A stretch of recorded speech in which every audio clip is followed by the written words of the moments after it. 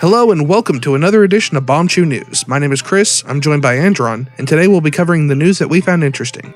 Sony has made yet another statement in defense of their no cross-platform stance, and it's just as bad as their other ones. Sony has been one of the big holdouts when it comes to cross-platform support, as both Nintendo and Microsoft have allowed it in games like Fortnite, Minecraft, and Rocket League. Earlier this week, during the IFA trade show in Berlin, Sony CEO Kenichiro Yoshida spoke about cross-platform support, and why Sony refuses to play ball with Nintendo and Microsoft. Yoshida stated, quote, "On cross-platform, our way of thinking is that PlayStation is always the best place to play. Fortnite, I believe, partnered with PlayStation 4, is the best experience for users. That's our belief." End quote. This is yet another terrible excuse from Sony on the issue of cross-platform support, and just makes Sony look even more out of touch with the current gaming market. It feels like Sony is still fighting in the console wars of the 90s, while the rest of us are just waiting on them to give up and join us to play some video games.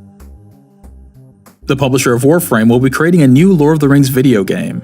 According to their press release, Athlon Games, owned by parent company Leiyu, who also owns Digital Extremes, has signed a licensing deal to publish a multi-year, online game based on The Lord of the Rings. President of Athlon Games, Dave Miller, stated that they are thrilled to begin work on the title and provide their vision of Middle-earth. Fredrika Drotos, the chief brand and licensing officer at Middle-earth Enterprises, mentioned that they are also very happy to be working with Athlon Games to create a new, immersive game experience. This game experience will apparently introduce players to regions from all around Middle-earth, set in the years before the events of The Lord of the Rings. If this holds true through development, the game could very well be set in the first or second age of Tolkien's world, which are known to be a bit more savage and magical than the third age ever was. With no release dates, basic idea, or even art to speak of, we'll probably have to wait a few years to see if we'll be getting a Warframe set in Middle-earth, or just another mediocre, Hobbit-sized adventure.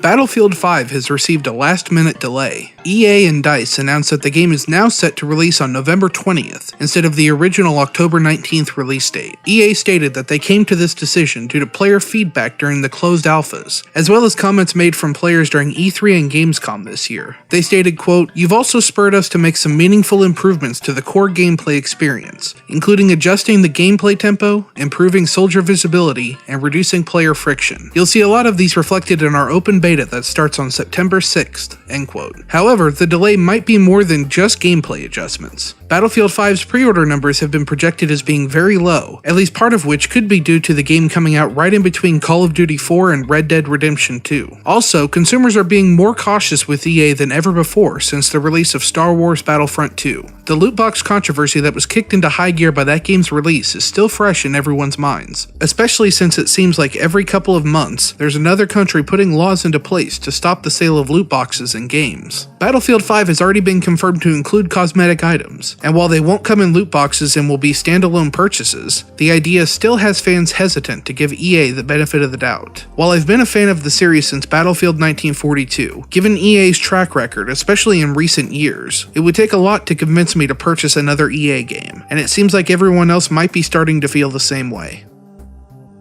Well, that's all the news that we found interesting today. Let us know what you thought about it down in the comments below, and we'll see you next time.